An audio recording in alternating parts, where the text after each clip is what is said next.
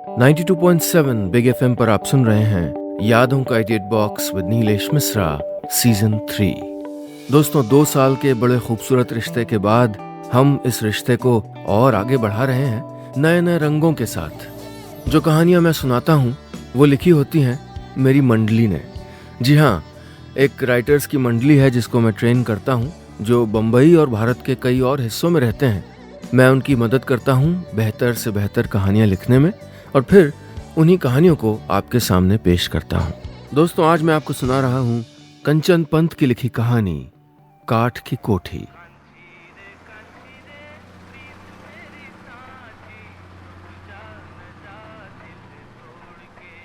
टेढ़ी मेढ़ी पहाड़ी सड़क से होकर मेरी बस हल्द्वानी से नैनीताल की ओर बढ़ रही थी। बाहर हल्की बूंदाबांदी हो रही थी। मैंने बस की खिड़की खोली तो छत पे जमा पानी मोटी धार के रूप में अंदर आके मुझे भिगोने लगा।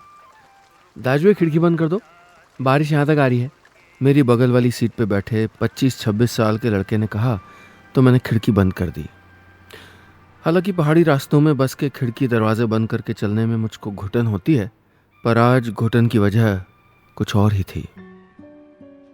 पहाड़ी ढलानों पर बसे गांव, रोड के किनारे बनी एक आध दुकानें, देवदार के पेड़, आसपास के नज़ारे सब पीछे छूटते जा रहे थे और मेरे कानों में भैरों ताऊजी की चिट्ठी में लिखे शब्द गूंज रहे थे।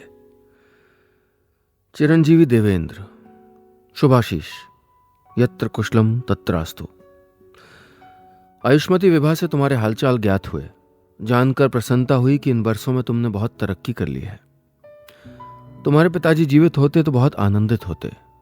वैसे वो जहां भी होंगे तुम्हें देख के प्रसन्न ही होंगे। बहुत दिनों से तुम्हें पत्र लिखने की सोच रहा था, लेकिन साहस नहीं जुटा पाया। जाने तुम मेरे पत्र को किस रूप में लोगे। तुम्हारे पिताजी की एक अमानत मेरे पास है। मेरी तो अब चला चली की बेला है। इस बोझ को दिल में लिए मैं जाना नहीं चाहता। कोई जबरदस्ती नहीं है, लेकिन आ सको तो मुझे प्रसन्नता होगी। शेष मिलने पर। आशीर्वाद। भैरोदत्त जोशी, निकट हनुमानगढ़ी, नैनीताल। नैनीताल नैनीताल नैनीताल वाले उतर जाओ। कंडक्टर की तेज आवाज सुनकर मेरा ध्यान टूटा। करीब करीब पूरी बस खाली हो गई थी। मैंने भी अपना बैग उठाया और बस से उतर गया। बस अड्डे से तल्लीताल वाली रोड लेकर पाठक बुक स्टॉल से दाहिने जाकर लाल सड़क के चौराहे के पास से काठ की कोठी यानी भैरव ताऊ जी के घर का रास्ता अब भी मेरे दिमाग में ज्यों का त्यों छपा हुआ था। थोड़ी देर के बाद ही मैं लाल मिट्टी की कच्ची सड़क वाले चौराहे पे खड़ा था। दूर पहाड़ी पर बांज के पेड़ों के बीच काठ की कोठी दिख रही थी। 6 साल पहले इस चौराहे से मैंने वो राह चुनी थी जो मुझको काठ की कोठी से, मेरे घर से बहुत दूर लेके गई थी। और आज जब मुझको फिर उस ओर जाना है तो मेरे कदम खुद को दलदल में धंसा हुआ महसूस कर रहे थे। किसके घर जाना साहब? एक खुरदुरी सी आवाज सुन के मैंने अपनी बाईं तरफ चाय की गुमटी की ओर देखा। मैला सा कुर्ता पायजामा और आधी बाजू की ऊनी बनियान पहने हुए गुमटी वाला मुझको, बल्कि यूं कहूं मेरे महंगे सूट और आंखों पर चढ़े काले चश्मे को हसरत भरी निगाह से देख रहा था और एक नज़र में मुझको साहब की पदवी पे भी चढ़ा चुका था। भैरोदत्त जी के घर जाना था। पहले तो रास्ता यहीं से हुआ करता। मेरी बात पूरी भी नहीं हुई थी, इससे पहले ही चाय वाला बोल पड़ा, ओहो, भैरवदत्त जी के घर आए थे आप? चलो चलो, मैं पहुंचा देता हूँ। चाय वाला अपनी गुमटी से निकला और मेरे मना करने के बावजूद मेरा एकमात्र बैग अपने कंधे पे उठा लिया और चल दिया। मैं भी हिचकिचाया सा उसके पीछे हो लिया। दिमाग में सिर्फ एक ही सवाल गूंज रहा था, कैसे कर पाऊंगा मैं भैरव ताऊ जी का सामना? बबली से नजरें कैसे मिला पाऊंगा? 92.7 बिग एफएम पर आप सुन रहे हैं यादों का edit box with Nilesh Mishra season 3। दोस्तों, आज की कहानी में अब तक आपने सुना कि भैरव ताऊ जी की चिट्ठी पढ़ने के बाद देवेंद्र नैनीताल आ पहुंचा है। ताऊ जी उसको उसकी एक अमानत सौंपना चाहते हैं। अतीत के बोझ तले दबा देवेंद्र उनके घर तक पहुंच तो गया है, लेकिन अपने आज का सामना करने की हिम्मत नहीं जुटा पा रहा है। अब आगे। थोड़ा आगे बढ़कर चाय वाला बाईं ओर एक चौड़े सीमेंटेड रास्ते पर मुड़ गया। सीधी चढ़ाई के बाद सीमेंटेड रास्ता जहाँ ख़त्म होता था वहाँ काठ की कोठी साफ दिख रही थी। लगा जैसे ताऊजी दूर से आवाज़ लगा के कहेंगे, ओ देवा, आराम से आना रे, चिफल-पट हो रही है यहाँ पे। और जैसे अभी बबली आएगी और कहेगी, देवा, देखते हैं कौन पहले पहुँचता है घर। हाथ में कितना ही सामान हो, पैर कितने भी थके हुए हों, यहाँ पहुँचते ही बबली की आंखों में एक नई चमक आ जाती थी, शैतानी कूट कूट के जो भरी थी उसके अंदर। अभी अभी पिसाए हुए गेहूं के गर्म आटे की थैली थी उस दिन बबली के सर पे। मोड़ पे पहुंचते ही उसकी आंखों में शरारती हंसी आ गई। हिट देवा, देखते हैं कौन पहले पहुँचता है घर। 1 2 3। बबली ने कहा और सर पे थैला रखे हुए चढ़ाई पे दौड़ने लगी। जब तक मुझे समझ आता तब तक वो काफी ऊपर पहुंच गई थी, लेकिन दौड़ के जब मैं ऊपर पहुंचा तो देखा बबली रास्ते के बगल में उगी हुई घास में कुछ ढूंढ रही थी। मेरा 1 रुपए का सिक्का पता नहीं कहाँ हेरा गया होगा, वो बोली। कभी पैर में मोच, कभी चावल का थैला फटना, कभी सिक्का खो जाना। मैं खूब समझता था क्यों हर बार वो हार जाया करती थी, पर मैंने कभी उसको हारने से रोका नहीं। हमेशा से इतना ही स्वार्थी था मैं। अभी कहाँ से आना हुआ साहब? विचारों के अंधर से मुझको निकालते हुए चाय वाले ने पूछा। दिल्ली, मैंने कहा। ओहो अच्छा, फिर तो कैलपाल के हरीश को तो जानते हो गया आप? वो अति उत्साह से बोला। कौन हरीश? मैंने अपने दिमाग पे जोर डाला पर ऐसा कोई नाम ध्यान में नहीं आया। हरीश, वो अपने केदारदत्त जी का लड़का, वो भी तो दिल्ली था आजकल।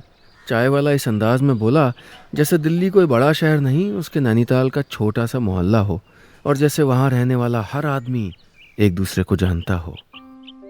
चाय वाले के भोलेपन पे मैं मुस्कुरा दिया और सर हिला के उसको बताया कि मैं उनके हरीश को नहीं जानता। चाय वाले का मुंह उतर गया। वो बिना कुछ बोले चढ़ाई पे चढ़ता रहा। आधा किलोमीटर चढ़ाई चढ़ चुके थे हम। खाली हाथ होते हुए भी मैं थक के चूर हो गया था, हाँफने लगा था। हमारा तो रोज का हुआ, पर आप तो थक गए होंगे। वो तो बबली बरंजू ने पूरे रास्ते पे सीमेंट लगवा दिया ना, नहीं तो चौमास में तो आने जैसा ही नहीं होने वाला था यहाँ पे। वैसे आप कौन लगने वाले हुए भैरवदत्त जी के? चाय वाले ने पूछा। मैं कुछ नहीं बोला, बोलता भी क्या, सारे रिश्ते तोड़कर मैं खुद ही तो चला गया था। ये लो साहब, पहुंच गए। वैसे तो अब सारा काज हो गया होगा। चाय वाला कंधे से मेरा बैग उतारते हुए बोला। मैंने जेब से कुछ रुपए निकाल के उसको देने चाहे तो उसने ऐसा मुंह बनाया जैसे मैंने थप्पड़ मार दिया हो। न हो साहब, इस घर का तो नमक खाया था हमने, इनके मेहमान से पैसे थोड़ी ले सकने वाले थे हम, वो बोला और चला गया। हमेशा की तरह एक बार फिर मैं दूसरों की भावनाओं को समझने में गलती कर बैठा था। मैं कुछ देर उसको जाता देखता रहा, फिर काठ की कोठी की ओर मुड़ गया। इन 7 सालों में बुढ़ा गई थी काठ की कोठी।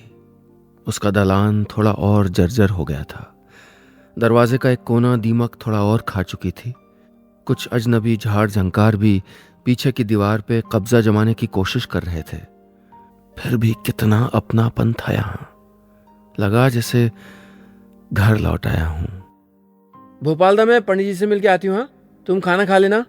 घर के अंदर से एक आवाज आई और उसके पीछे पीछे एक चेहरा भी, बबली का चेहरा।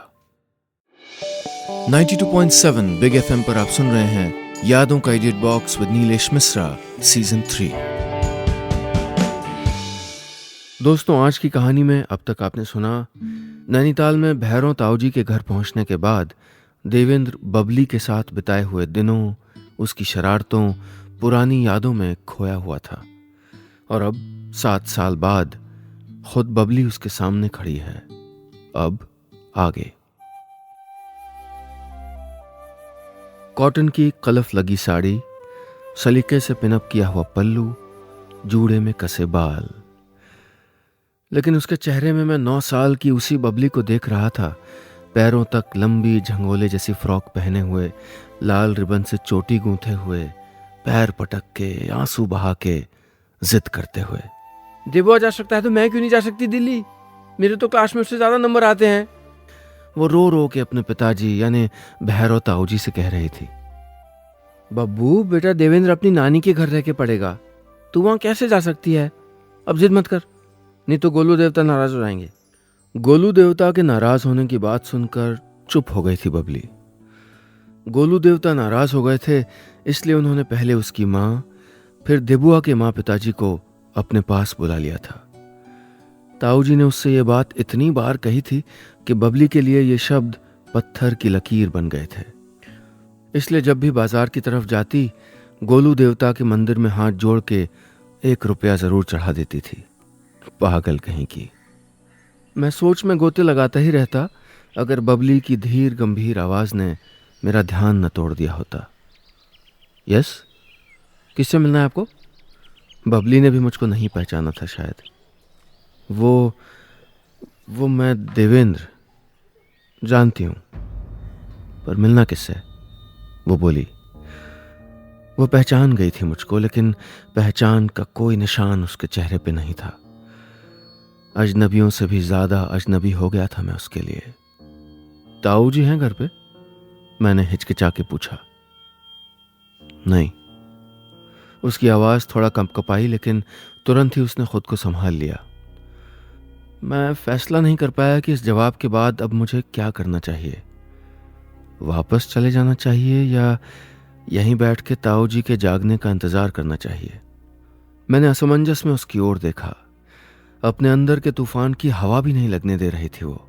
उतनी ही अकड़, उतनी ही जिद। बचपन में जब पहली बार हम दोनों मिले थे, तब भी तो लड़ाई से ही शुरुआत हुई थी। बिना बात के मुझको मुक्का मार के भाग गई थी वो। फिर खुद ही मेरे पास आके बात करने लगी। तू कौन सी क्लास में पढ़ता था बुआ? उसने पूछा था। मैं क्यों बताऊं? तूने मारा क्यों था मुझे? और मेरा नाम देबुआ नहीं, देवेंद्र है। मैंने तुनकते हुए कहा था। ठीक है, देवेंद्र ही हुआ बल, और लड़ाई याद थोड़ी रखने वाले हुए। लड़ाई तो करके भूल जाने की चीज थी। अच्छा, तुझे वो कविता आती है, 5 लिटिल मॉन्की वाली? मेरी इंग्लिश की किताब में है। उसने पूछा। उसके अजीबो गरीब उच्चारण पे मैं हंस दिया, और वो बला फिर मेरे पीछे ही लग गई। हाथ में बिच्छू घास की डाली लेके मुझको पूरे घर में तब तक दौड़ाती रही जब तक मैंने कान पकड़ के माफी नहीं मांग ली। आज भी मैं कान पकड़ के माफी मांगने को तैयार था। मेरा दिल कह रहा था कि कह दूं बबली से, लड़ाई याद रखने की चीज नहीं होती, लेकिन उसकी नजरें तो मुझको उस तक पहुंचने ही नहीं दे रही थीं। 92.7 बिग एफएम पर आप सुन रहे हैं यादों का edit box with Nilesh Mishra, season 3। दोस्तों, आज की कहानी में अब तक आपने सुना, अतीत के बोझ से दबा देवेंद्र बबली से किसी बात की माफी मांगना चाहता है, लेकिन बबली उसको इस बात का मौका नहीं देती। बहरों ताऊ जी से मिलने की भी उसकी कोशिश कामयाब नहीं हो पाती। अब आगे। मैं असमंजस में खड़ा ही था कि भोपालदा पहुंच गए। बरंजू, शैप का सामान इनके वाले कमरे में रख दूं? भोपालदा ने पूछा। बबली के चेहरे पे हल्की नाराजगी के चिन्ह उभरे, लेकिन हमेशा की तरह उसने अपने भावों को अपने अंदर जज्ब कर लिया और किनारे हटकर मुझे रास्ता दे दिया। मैं भोपालदा के पीछे चला गया, लकड़ी के बरामदे से होता हुआ। भोपालदा मुझको मेरे कमरे की ओर लेके जा रहे थे। रास्ते में ही ताऊ जी का कमरा था। घर आने पे सबसे पहले उन्हीं के कमरे में जाना होता था। ताऊ जी घंटों हालचाल पूछते रहते, मेरी पढ़ाई के बारे में जानने की कोशिश करते। यहाँ से सैकड़ों किलोमीटर दूर दिल्ली के मेरे दोस्तों के नाम तक उनको पता होते थे। दोपहर का वक्त था, शायद बाजार गए होंगे, इसलिए उनके कमरे में ताला लगा था। रोज दोपहर को झोला लेके नैनीताल बाजार की ओर चले जाया करते थे वो, फिर शाम को ही लौटते थे। भोपालदा ने कमरे में मेरा सामान रख दिया। मैंने चारों ओर देखा, मेरा कमरा ज्यों का त्यों था। दीवार पे पिताजी, भैरो ताऊ जी, मेरी और बबली की वो फ्रेम की हुई फोटो भी टंगी हुई थी। मेरे ही कैमरे से खींची थी भोपालदा ने। 10वीं के एग्जाम के बाद मैं अपना नया कैमरा लेके नैनीताल आया था। फोटो खींचने से पहले मैंने सबकी बाकायदा रिहर्सल भी करवाई थी। पिताजी को ऊनी दोशाला उड़ाया, भैरों ताऊ जी को पिताजी का पतले फ्रेम वाला चश्मा पहनाया और बबली के कपड़े 2 बार बदलवाए। तब कहीं जाके भोपालदा के हाथ में कैमरा पकड़ाया। लेकिन फोटो खींचने से ठीक पहले मैंने बबली की एक चोटी खोल दी थी। कितना लड़ी थी वो मुझसे उसके बाद। पिताजी और भैरो ताऊ जी बचपन के दोस्त थे। पिताजी और मैं गर्मियों में अक्सर दिल्ली से भैरो ताऊ जी के घर यानी नैनीताल पहुंच जाते थे। उस बार माँ भी आई थी। सर्दियों की कुनकुनी धूप में आंगन में बैठ के गुड़ वाली चाय पीना, सितारों भरी रातों में अंगीठी की आंच में सर्दी से आंख में चौली खेलना, दोपहर को कंधे पे झोला लटका के बाजार के लिए निकल जाना, फिर राह में मिलने वाले हर शख्स से दुआ सलाम करते हुए बेमकसद भटकना और शाम को झोले में सब्जियां भर के लौट आना। पिताजी के लिए भैरव ताऊ जी की ये दुनिया पता नहीं इतनी खास क्यों थी। पापा अक्सर कहते थे कि अपना बुढ़ापा वो यहीं बिताएंगे। पापा और भैरव ताऊ जी ने मिलके ये काठ की कोठी भी बनाई थी। इसका एक हिस्सा मेरे नाम पे था और दूसरा बबली के। लेकिन उस बार की छुट्टियां सब खत्म करने आई थीं। पूर्णागिरी मंदिर से लौट रहे थे हम सब। पूरी बस खाई में गिर गई। माँ, पिताजी उस खाई में कहीं खो गए थे। मेरे चारों ओर अंधेरा था, इतना गहरा अंधेरा। ऐसे में दो ही लोग थे जो मेरा दर्द जी रहे थे। रात को जब मैं डर के मारे अचानक चीख के उठ जाता तो भैरव ताऊ जी को अपने सरहाने पे अपने बाल सहलाते हुए पाता। बुखार के ताप में बड़बड़ा रहा होता तो बबली के हाथों की ठंडी छुअन अपने माथे पे महसूस करता। माँ पिताजी नहीं रहे ये मान लेने में मुझको 6 महीने लगे, लेकिन मैं अनाथ हूं ये ताऊ जी और बबली ने कभी नहीं मानने दिया। मैं रोज तेरे सिरहाने मोरपंख रख देती थी ना, इसलिए बाधा टल गई, वो कहती थी। मोरपंख तकिए के नीचे रख के सो तो बाधा दूर रहती है, ये भी ताऊ जी ने ही सिखाया था उसको। वो झगड़ालू थी, वो जड थी, उसके सामने कभी मेरी चलती नहीं थी, पर मैं जानता था कि उसका झगड़ालू दिल मेरे लिए ही धड़कता था। 92.7 बिग एफएम पर आप सुन रहे हैं यादों का edit box with Nilesh Mishra season 3। दोस्तों, आज की कहानी में अब तक आपने सुना देवेंद्र अपने अतीत को याद कर रहा है कि कैसे माँ पिताजी की मौत के बाद भी भैरव ताऊ जी और बबली ने उसको अनाथ नहीं होने दिया था। बबली और देवेंद्र की दोस्ती भी परवान चढ़ रही है। अब आगे 11वीं क्लास से लेकर कॉलेज खत्म होने तक ऐसा कोई महीना नहीं था जब उसने मुझको खत न लिखा हो। इन खतों में ईरान तुरान दुनिया जहान की बातें होती थीं। हमारे स्कूल में सीमेंट की छत पड़ गई, फलां बुआ आजकल मायके आई हुई हैं, फलां ताऊ जी के बेटे की नौकरी लग गई है, यहाँ तक कि पड़ोसी की गाय भी आई है जैसी बातें भी। लेकिन इतने सालों में उसने न कभी अपने बारे में कुछ लिखा, न कभी मेरे बारे में ही कुछ पूछा। बस चिट्ठी के अंदर हर बार एक मोर पंख रख के भेज देती थी। मैं उन चिट्ठियों के कभी जवाब देता, कभी नहीं। मैं व्यस्त होने लगा था भविष्य की योजनाएं बनाने में। मुझको ऑस्ट्रेलिया जाके लॉ की पढ़ाई करनी थी और समझ नहीं आ रहा था कि पैसों का इंतजाम कहाँ से करूं। 15-20 लाख रुपए भैरव ताऊ जी से तो मांग नहीं सकता था। इसी बीच बबली की एक और चिट्ठी आई। ताऊ जी की तबीयत को लेकर परेशान थी। लिखा था, बाबूजी बहुत बीमार हो गए थे बुआ, परसों सीढ़ियों के पास ही बेहोश हो गए थे। मुझे बहुत डर लग रहा है। उनके सामने तो हंसना पड़ता है, पर तेरे सामने तो रो सकती हूँ।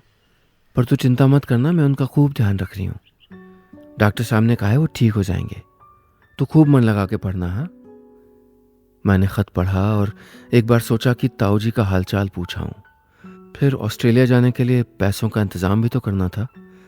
इसका रास्ता भी मैंने सोच लिया था। कितने खुश हो गए थे मुझको देख के ताऊ जी। इसी कमरे में मेरे सामने बैठे थे। थोड़ा जर्जर हो गए थे, लेकिन इतने बीमार नहीं थे कि मुझको घबराहट होती। अच्छा किया तुम ही आ गए। अब उम्र हो गई मेरी, फिर तबीयत भी ठीक नहीं रहती। बस तुम्हारी पढ़ाई पूरी हो जाए, फिर तुम दोनों अपनी गृहस्थी शुरू करो। ताऊ जी ने अपने झुर्रियों से भरे हाथों से मेरे हाथों को दबाते हुए कहा था। फिर बबली को चाय लेने के लिए बोल के और मुझको आराम करने को कह के बाहर निकल गए। बबली जैसे ताऊ जी के कमरे से जाने का ही इंतजार कर रही थी। थोड़ी देर में चाय लेके आ गई। ऊपर तक चाय से भरा स्टील का ग्लास उसने मेरी ओर बढ़ाया। मैंने ग्लास के साथ उसका हाथ भी पकड़ लिया। उसने अपने हाथ को जरा सा झटका दिया और गर्म चाय उसकी और मेरी उंगलियों को भिगो गई। उसने ग्लास नीचे रखा और अपनी उंगलियों को झटकते हुए मुंह से उन पे फूंक मारते हुए बोली, ओए जा, मेरा हाथ जला दिया। बाबू कहाँ से बुला रहा है इस बंदर को? उसकी आवाज़ ताऊ जी कहीं सुन न लें, इसलिए घबराहट में मैंने उसके मुंह पे हाथ रख दिया और दूसरे हाथ से उसका हाथ पकड़ लिया। हम दोनों एक दूसरे के बिल्कुल करीब खड़े थे, इतने करीब कि उसके बालों से आ रही शैम्पू की भीनी भीनी सुगंध को मैं महसूस कर सकता था। मैंने शरारत से उसकी आंखों में देखा। उसके होठों पे मुस्कान थी और उसकी आंखें पहली बार शर्म से झुक गई थीं। हमेशा बक बक करने वाली बबली उस दिन चुप थी। रात को अंगीठी के पास आग सेकते समय भी वो चुप ही रही। चुप तो मैं भी था, भूमिका तैयार कर रहा था कुछ कहने के लिए। अच्छा, मैं सोच रहा था, मेरा मतलब काठ की कोठी को बेच दें तो कैसा रहेगा? काफी देर की चुप्पी के बाद मैंने पूछा। भांग खा के आया क्या? बबली ने कहा और जोर से हंस दी जैसे मैंने कोई मजाक किया हो, लेकिन मेरे चेहरे के भाव देख के उसकी हंसी थम गई। तू ऐसा क्यों कह रहा देबुआ? घर बेच देंगे तो हम रहेंगे कहाँ? उसने कहा। वो मेरी ओर ऐसे देख रही थी जैसे उसको यकीन ही ना हो रहा हो कि ये जो कह रहा है वो मैं ही हूं। जहां मैं रहूंगा वहां। वैसे भी एक बार मैं ऑस्ट्रेलिया से पढ़ के आ जाऊंगा तो ऐसे 10 मकान बना सकते हैं, मैंने कहा। और बाबू? उसने उसी अंदाज में पूछा। पुराना वाला घर तो है ही ना। वैसे हमारी शादी के बाद इतने बड़े घर में अकेले रह के वो क्या करेंगे? मैं सब कुछ पहले ही सोच चुका था, इसलिए बोलने में एक पल नहीं लगा। हमारे होते हुए बाबू अकेले रहेंगे? बबली हैरानी से बोली। अकेले क्यों रहेंगे? भोपाल दा होंगे ना उनके साथ, फिर हम भी तो आते जाते रहेंगे, मैंने कहा। हाँ, हम भी तो आते रहेंगे, बबली बुदबुदाई। फिर कुछ सोचते हुए बोली, तेरे हिसाब से कितने की बिकेगी ये कोठी? पता नहीं, 10-15 लाख तो मिल जाने चाहिए, मैंने कुछ हिसाब लगा के कहा। अच्छा, वो बोली और अंदर चली गई। उस रात घर में एक अजीब सी खामोशी छा गई थी। रिश्तों में कुछ चटक गया था शायद। 92.7 बिग एफएम पर आप सुन रहे हैं यादों का edit box with Nilesh Mishra season 3। दोस्तों, आज की कहानी में अब तक आपने सुना कि भैरव ताऊ जी के बुलाने पर देवेंद्र नैनीताल पहुंच चुका है, लेकिन अब तक वो ताऊ जी से मिल नहीं पाया है। उसको याद आता है कि भैरव ताऊ जी पढ़ाई ख़त्म होते ही बबली और उसकी शादी करवा देना चाहते थे, लेकिन पढ़ाई के लिए घर बेचने की बात से बबली का दिल टूट जाता है। अब आगे। अगले दिन मुझको दिल्ली आना था। पिछली रात मेरे और बबली के बीच हुई बात से बेखबर ताऊ जी मेरे लिए पेड़ से माल्टा नारंगी के दाने तोड़वा रहे थे। बबली सुबह से दिखी नहीं थी। जाने का वक्त हो रहा था और उसका पता नहीं था। थोड़ी देर में बबली आती दिखी। उसकी आंखों के नीचे गहरे गड्ढे थे। शायद रात भर सोई नहीं थी।